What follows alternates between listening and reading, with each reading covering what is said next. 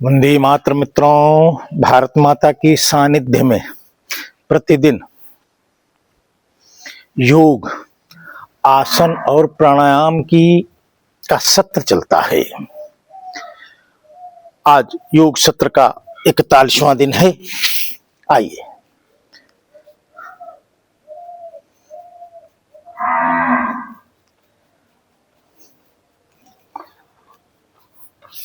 एक दो तीन चार पाँच 6 8 9 10। ये 1 2 3 4 5 6। वापस आइए 1 2 3 4 5 6। ये लाइए, ये उंगलियों को तोड़िए। ये ये ये ये ये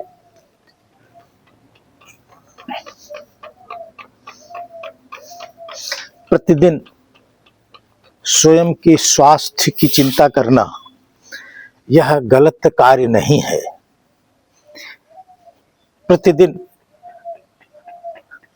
अपने चक्रों को ऊर्जावान बनाना यह हमारा नैतिक कार्य है। हम सब एक दूसरे को नीचा दिखाने हेतु अनेक तरह के प्रयत्न कर लेते हैं, पर अपने शरीर के अंदर के उस भ्रम को तोड़ने में सफल नहीं होते, जिस भ्रम के आधार पर हम रुग्ण बने हुए हैं। आइए 1 2 3 4 5 6 7 8 9 10। यहीं से खींचिए। इसको खिंचाव करने से कंधे बलिष्ठ होते हैं। ये पलट लीजिए, ये फिर खींचिए, फिर पलट लीजिए, फिर खींचिए। यह 1 2 3 4 5 6 7 8 9 10। 1 2 3 4 5 6 7 8 9 10। वापस आए 1 2 3 4 5 6 7 8 9 10। 1 2 3 4 5 6 7 8 9 10।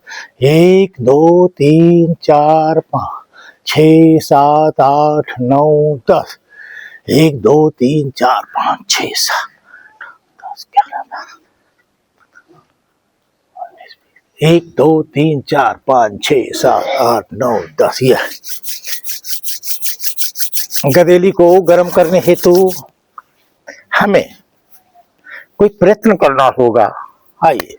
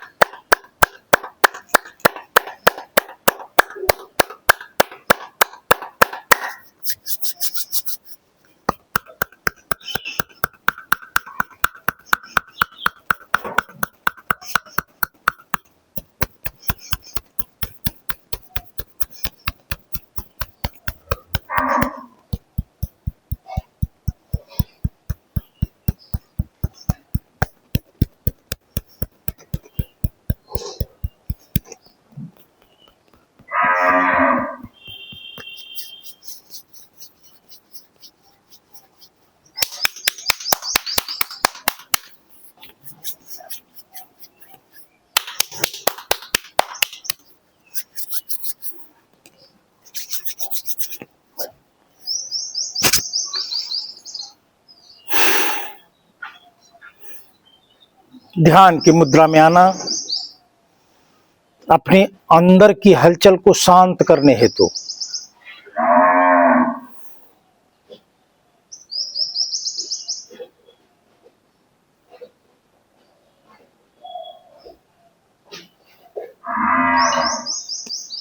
एक दो तीन चार पाँच 6। 1 2 3 4 5 6। 1 2 3 4 5 6। 1 2 3 4 5 6।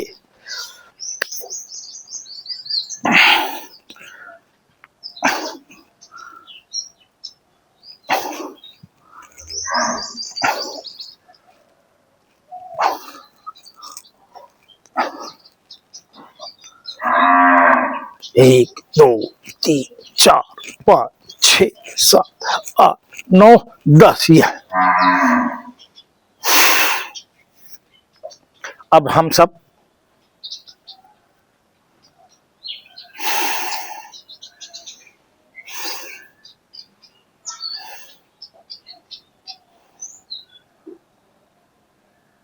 तीन प्रकार के योग प्रतिदिन अभ्यास में ले रहे हैं।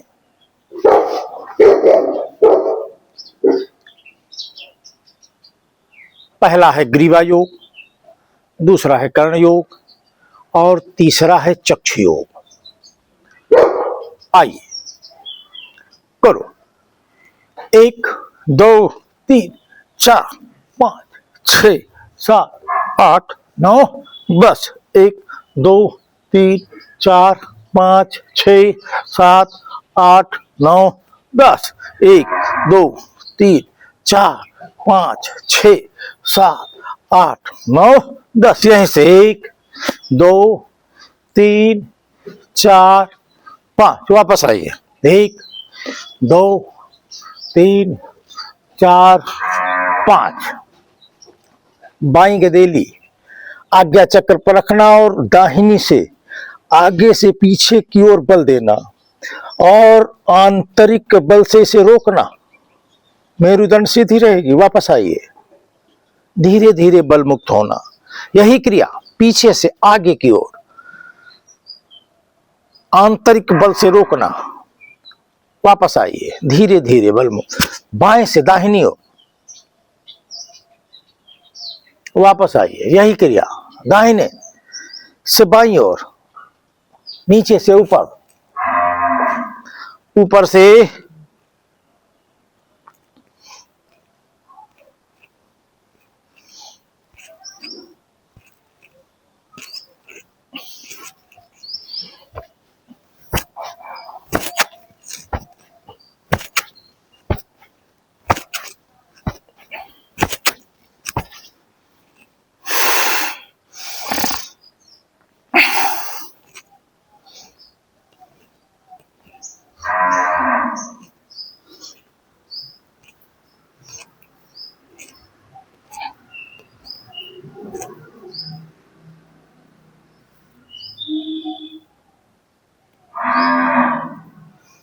कर्ण योग।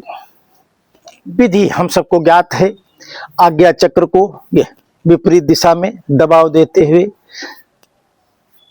खींचना, इस चक्र को जगाना, इसकी सुप्तावस्था को तोड़ देना। यह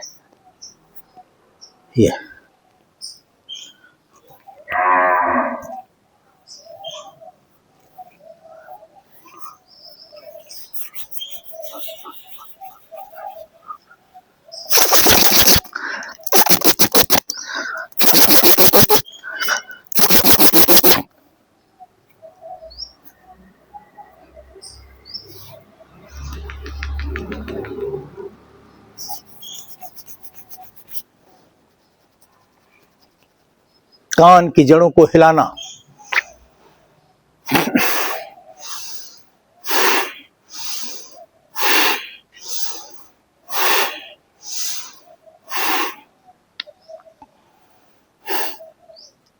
चक्षु योग। ध्यान की मुद्रा में आकर आंख को इस अवस्था में लाकर रोक लेना। अब आंख की पुतली का व्यायाम। 1 2 3 4 5 6 7 8 9 10। 1 2 3 4 5 6 7 8 9 10। 1 2 3 4 5 6 7 8 9 10।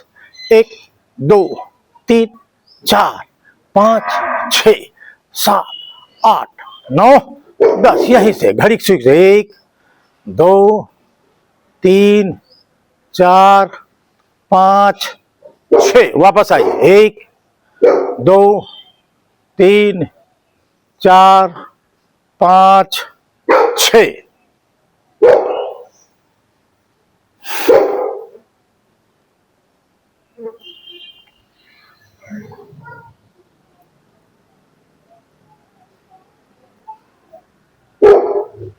गदेली को गर्म करना, आंख के ऊपर रख लेना।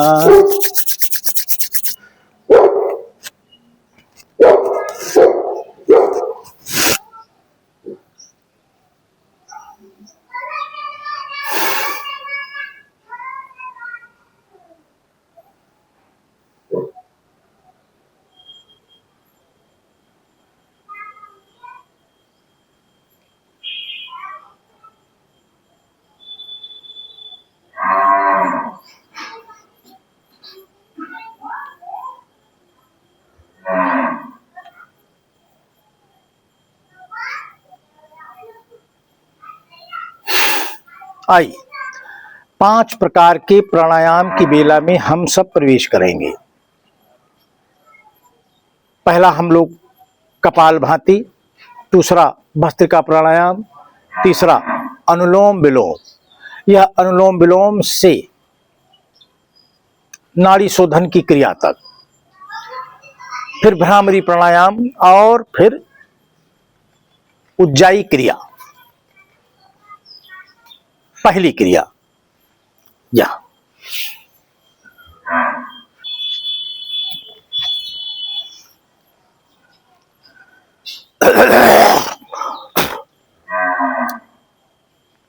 कपालभाति कोई अलग से कुछ भी करना नहीं है। हम प्राण वायु को यह समझकर फेंकेंगे कि यहां पर मक्खी बैठी है, अगर हम उसको खींचेंगे तो अंदर चली जाएगी। हमें खींचना नहीं है, हमें उसे बार बार भगाना है।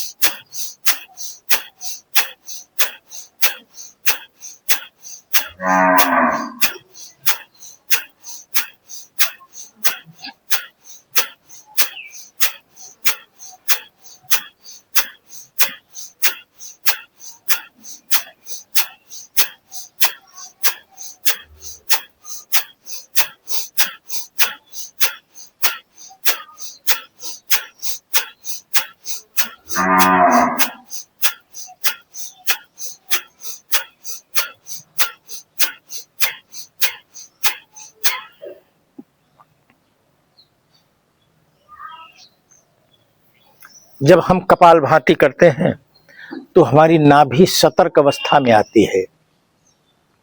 यह नाभि चक्र का विज्ञान बहुत ही रहस्यमयी है। अखिल विश्व के विज्ञान ने मस्तिष्क को खोल लिया है, पर नाभि चक्र में अभी तक वह प्रवेश नहीं कर पाया है। और हमारी प्राणायाम का विज्ञान हजारों वर्षों से इस नाभि चक्र को सीधे ऊर्जा देता आया है। इसलिए विज्ञान हमारी सभ्यता के आधार पर खोजा गया है। विज्ञान के आधार पर कोई सभ्यता खड़ी नहीं होती। हमारी सभ्यता वैज्ञानिक थी, वैज्ञानिक है और सतत वैज्ञानिक ही रहेगी। इसलिए अखिल विश्व के मलिच्छ सनातन संस्कृति को नष्ट करने पर आमादा हैं। क्यों? क्योंकि उन्हें ज्ञात है कि यह सभ्यता ही विज्ञान की माता है। अगर उस सभ्यता को खत्म कर दिया जाए तो यह विज्ञान स्वयं में एक अस्तित्व का रूप ले लेगा। फिर हम इस विज्ञान के आधार पर पाश्चात्य सभ्यता का पोषण करेंगे। यह मिथ्या कल्पना जिन जिन लोगों ने की थी वह सब वैचारिक रूप से पथभ्रष्ट होकर अपना अपना मार्ग छोड़ चुके हैं। पर भारत की सभ्यता अभी भी अपने ही मार्ग पर डटी हुई है। अपना योग का मार्ग, अपना आयुर्वेद का मार्ग, अपना शारीरिक विज्ञान, अपना सामाजिक विज्ञान, यह सभी विज्ञान हमारे पास तब थे जब विश्व में विज्ञान नाम का कोई जंतु नहीं था। तब हम इस विज्ञान से युक्त थे। इसलिए जो लोग भारत को ज्ञान दे रहे हैं उन्हें समझना होगा कि ज्ञान उसे दिया जाए जो ज्ञान देने वालों की तरह ज्ञानी हो। आइए हम सब भस्त्रिका प्राणायाम की 3 प्रकार की स्थितियों का सहारा लेते हैं। पहली प्रभावी है, दूसरी और तीसरी सामान्य है। बलपूर्वक वायु को खींचना और बलपूर्वक निकाल देना, जो भी हमारे अंदर के जो ब्लॉकेज हैं, जो हमारी समझ में नहीं आ रहे हैं, वह स्वतः खुल जाएंगे। हमारा रक्त शोधन का प्रयास यह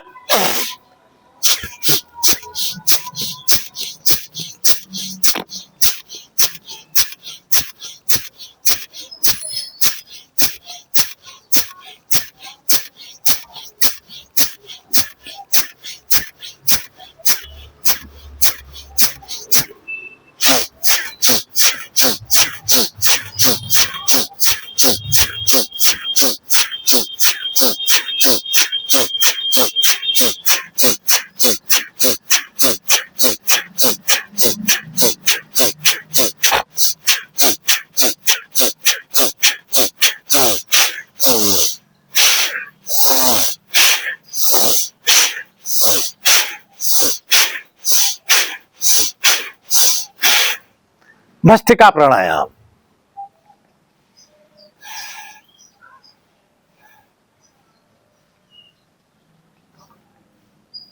अंदर की हलचल को शांत अवश्य करें। प्राणायाम की बेला में जब भी हम दूसरी बेला में प्रवेश करें तो उससे पहले स्वयं को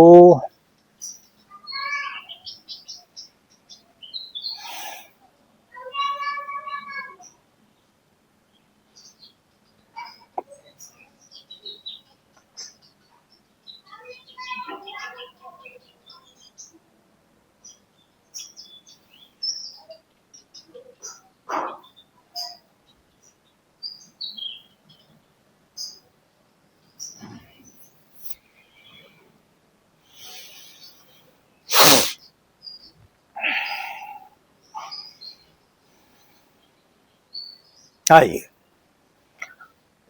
अनुलोम विलोम से नाड़ी शोधन की क्रिया तक की यात्रा हम सबको करनी चाहिए। आइए, विधि हम सबको ज्ञात है। श्वास को धीरे धीरे भरना, जितना समय भरने में लगावें उससे 2 गुना समय रोकें और फिर उसका आधा समय बाहर निकालने में लगावें। यही क्रिया बार बार करो।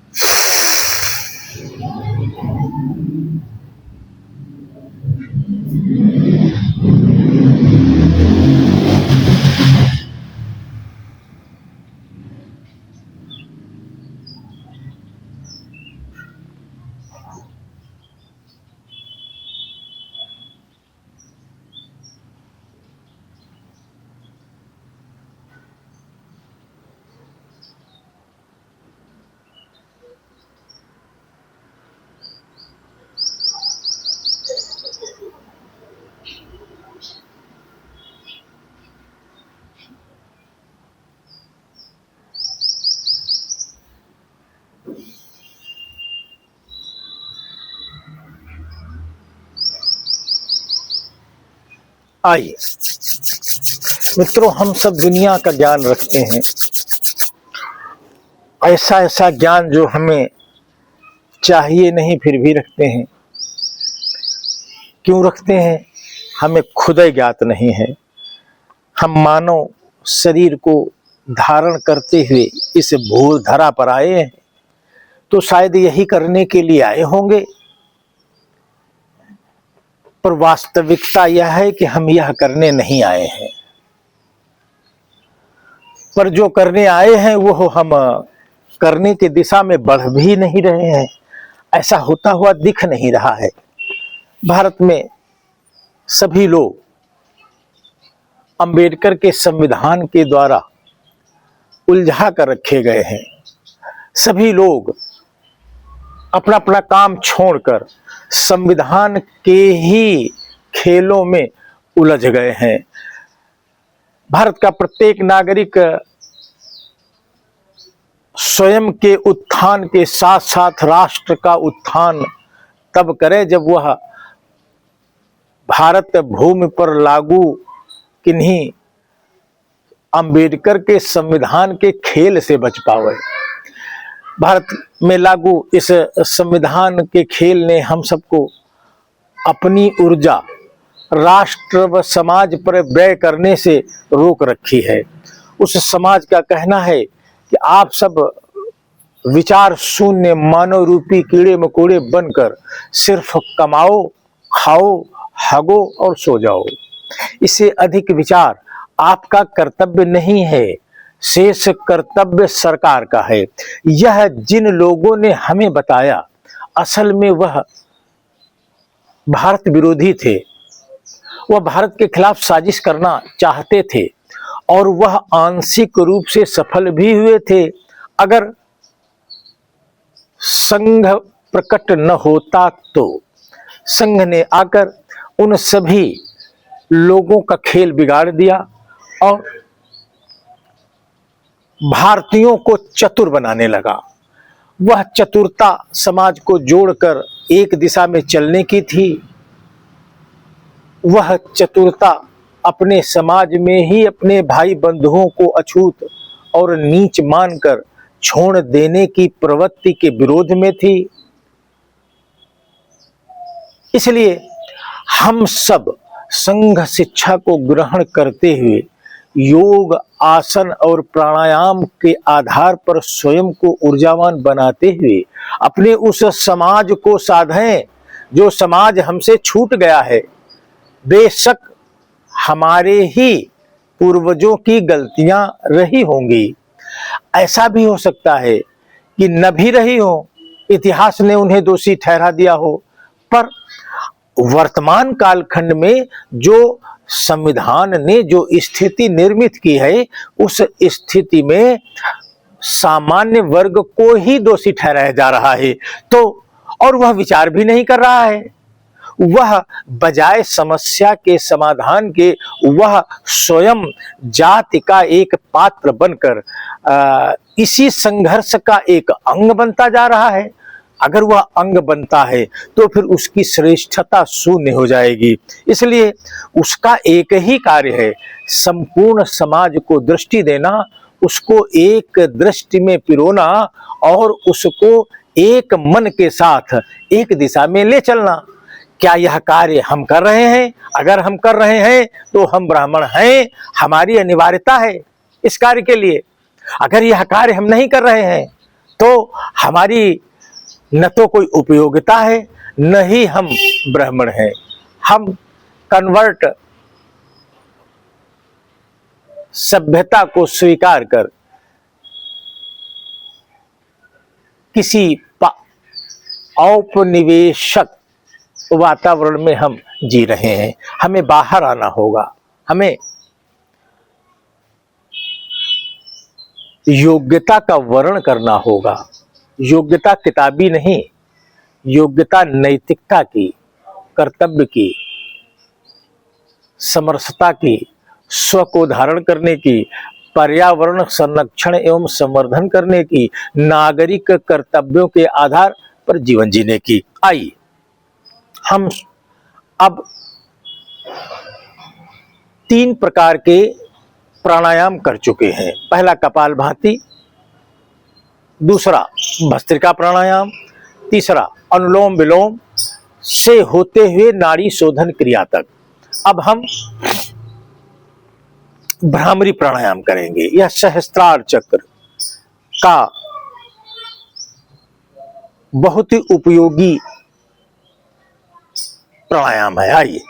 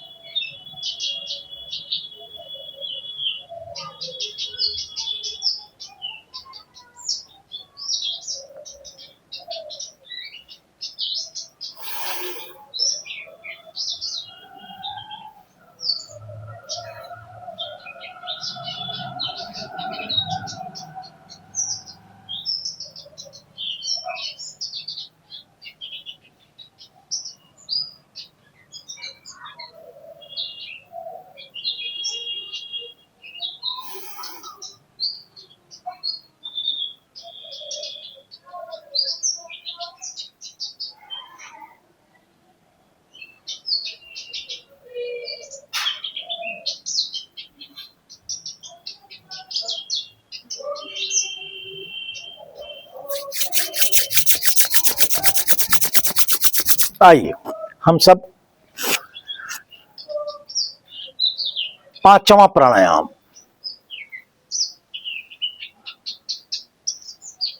उज्जाई क्रिया विधि हम सबको ज्ञात है। इसे पारंगत तरीके से करना, यह हमारी आत्मा के चारों तरफ के मलों को दूर करता है, फेफड़े को बलिष्ठ करता है, हमारे हमारे आंतरिक तंत्रिका तंत्र को शक्तिशाली बनाता है, हमारे थायराइड के जर्म्स को मारता है। ये आइए, श्वास को भरना, निकाल देना।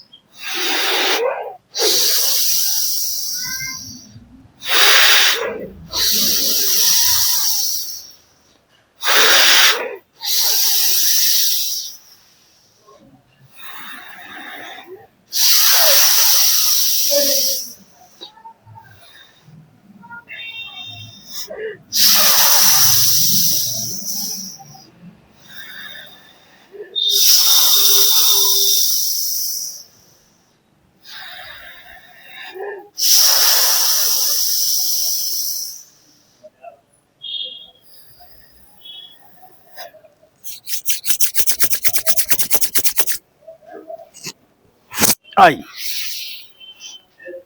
बंधों को ढीला करना और मंडूक आसन के लिए ये ये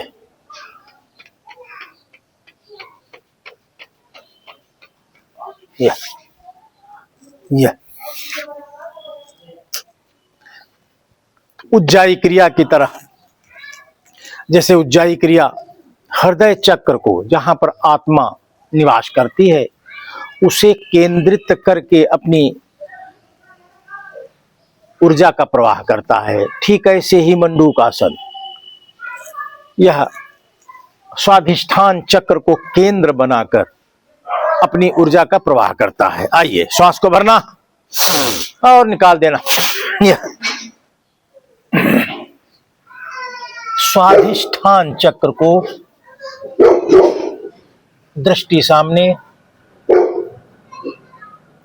नाभि चक्र से नीचे और मूलाधार चक्र से ऊपर। स्वाधिष्ठान चक्र यह हड्डी मुक्त क्षेत्र है। यहाँ के अंग, वासना इत्यादि क्रियाओं में अपनी चेतना को उलझाए रखते हैं। वापस आइए,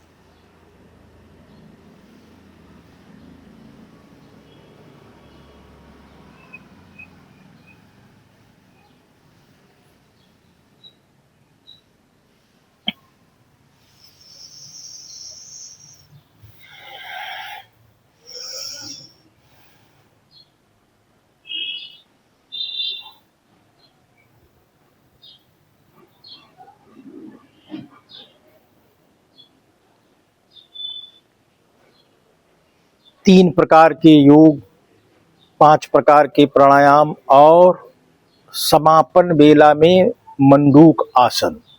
यह प्रतिदिन अभ्यास का वातावरण है। इतना अभ्यास अगर कोई गृहस्थ जीवन का व्यक्ति अपने शरीर पर कर ले तो उसे रुग्णता से बचाया जा सकता है और ऊर्जा से भरपूर रहा जा सकता है। आइए 3 बार ओम का उच्चारण करेंगे, फिर 1 मिनट के लिए ध्यान की रचना में आ जाएंगे और आज के इस सत्र को यहीं पर स्थगित कर देंगे। आइए 3 बार करो। ओम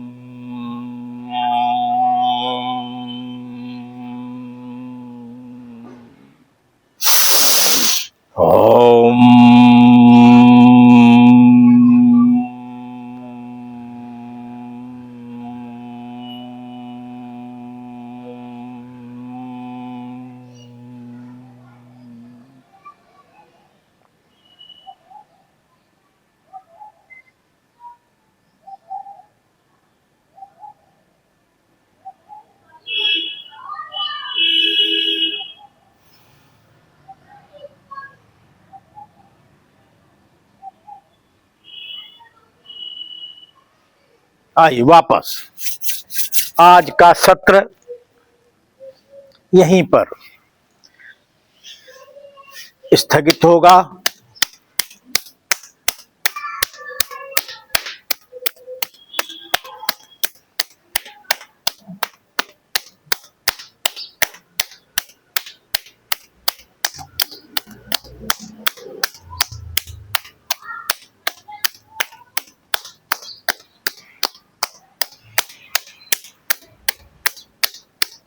आइए भारत माता के सानिध्य में बैठकर प्रतिदिन ऊर्जा प्राप्त करने का प्रयास